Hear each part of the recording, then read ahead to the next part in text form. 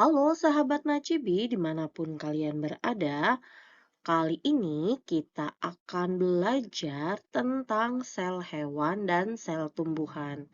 Materi ini bagi teman-teman yang ada di kelas 8 SMP.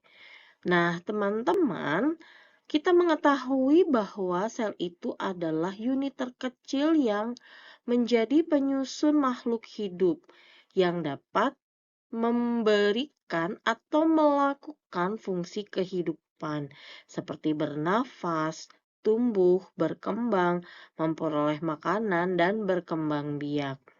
Nah, salah satu tokoh yang terkenal dalam pengamatan sel untuk pertama kalinya yaitu Robert Hooke, yaitu pada tahun 1665 mengamati irisan gabus menggunakan mikroskop. Nah, di sini teman-teman, apa sih yang dipelajari dari sel ini? Tadi, sel itu fungsinya adalah memberikan fungsi kehidupan. Nah, di dalam setiap sel hewan dan sel tumbuhan, itu memiliki bagian-bagian tertentu. Nah, untuk materi kali ini kita akan mencoba membahas lebih dalam tentang sel tumbuhan terlebih dahulu untuk mengawali sebenarnya sel itu seperti apa. Nah, teman-teman bisa melihat di sini adalah contoh dari sel tumbuhan. Nah, bagian-bagian selnya teman-teman bisa melihat sendiri. Ada membran sel, sitoplasma, inti selnya, mitokondria, ribosom, sampai ke dinding sel. Nah, kenapa bagian-bagian ini kita pelajari? Karena memang struktur dari sel ini itu memiliki fungsi yang berbeda-beda. Contohnya untuk membran sel, itu fungsinya mengatur keluar masuknya zat. Nah, zat ini tentunya sangat digunakan oleh sel tumbuhan dalam kelangsungan hidupnya, yaitu makanan. Terutama untuk makanan ya, zat-zat yang memang dibutuhkan untuk tumbuhan melangsungkan kehidupan. Tanpa makanan tentunya tumbuhan tidak akan hidup. Kemudian di sini ada inti sel yang mengendalikan seluruh aktivitas sel. Jadi, dia memiliki pusat pengendali. Pusat pengendalinya itu apa? Yaitu inti selnya. Kemudian yang paling berbeda itu adalah kloroplas, ya. Seperti yang kita tahu bahwa sel tumbuhan itu atau tumbuhan itu sendiri harus menciptakan makanannya supaya tetap hidup, yaitu dengan proses fotosintesis. Nah, kloroplas ini teman-teman pasti ingat dengan hijau daun yang disebut klorofil. Ya, tanpa klorofil yang ada di daun, atau kloroplas yang ada di daun, maka tidak akan terjadinya fotosintesis. Otomatis tumbuhan tidak bisa membuat makanannya sendiri dan pasti perlahan akan mati. Oke. Kemudian dinding sel pada tumbuhan itu memberikan bentuk dan melindungi sel. Kalau teman-teman melihat, mungkin dinding sel ini antara tumbuhan yang satu dengan tumbuhan yang lain itu pasti berbeda. Pohon cemara sama pohon jeruk itu pasti berbeda sekali bentuknya. Buahnya juga berbeda, kemudian fungsinya itu berbeda. Kalau misalnya pohon jeruk memberikan buah yang kita bisa konsumsi yaitu jeruk. Kalau pohon cemara memang ada bijinya, tapi tidak semua pohon cemara bisa kita makan. Jadi memang dinding sel ini memberikan bentuk atau mungkin keunikan yang bisa dilihat secara fisik di dalam tumbuhan tersebut. Tadi kita sudah membahas tentang perbedaan sel hewan dan sel tumbuhan. Nah, teman-teman, pernahkah teman-teman berpikir dari manakah manusia itu bisa memahami perbedaan sel hewan dan sel tumbuhan? Salah satunya adalah manusia dibantu oleh alat teknologi yang dinamakan mikroskop. Mikroskop adalah alat optik yang digunakan untuk meneliti dan mengamati benda-benda yang sangat kecil yang tidak dapat dilihat oleh mata. Caranya seperti apa? Caranya adalah mengubah lensa untuk memperbesar bayangan benda yang ada di dalam mikroskop. Kalau teman-teman ingin tahu cara kerja mikroskop, misalnya mau diperbesar 100 kali, 500 kali, 1000 kali, teman-teman bisa mencari referensi video yang ada di YouTube.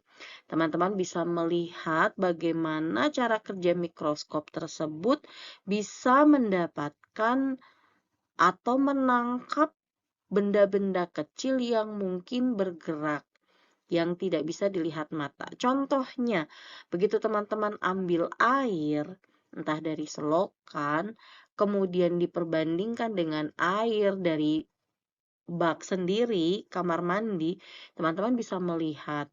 Kalau kita melihat kenapa di dalam air kotor itu ada bakteri, dengan mikroskop kita bisa melihat bakterinya apa.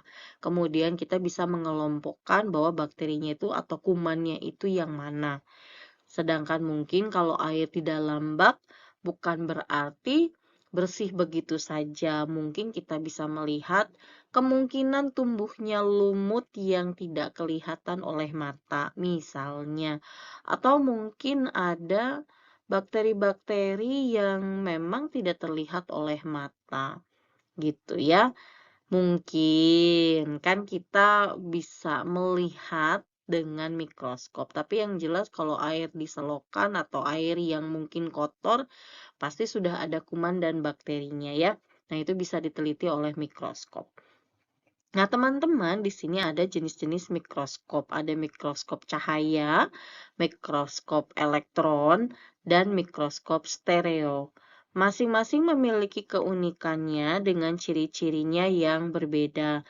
Salah satu yang paling mencolok adalah kita lihat di mikroskop cahaya ini, lensanya terbuat dari kaca dan dapat diperbesar dari 40 kali sampai 1500 kali.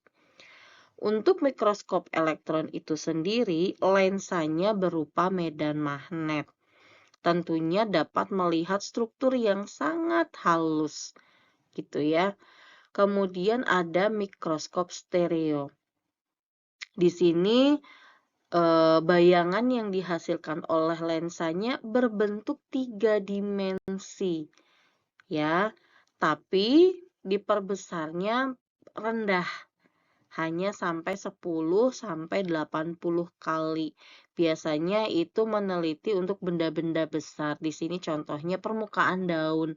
Daun itu kan besar ya, tapi kita membutuhkan bentuk secara jelasnya dengan 3 dimensinya seperti apa. Nah, teman-teman bisa melihat perbedaan dari jenis-jenis mikroskopnya, mulai dari sumber cahayanya, lensa, bayangan, perbesarannya sampai berapa, kelebihannya apa, kekurangannya apa, teman-teman bisa membacanya sendiri sesuai dengan kebutuhan ya.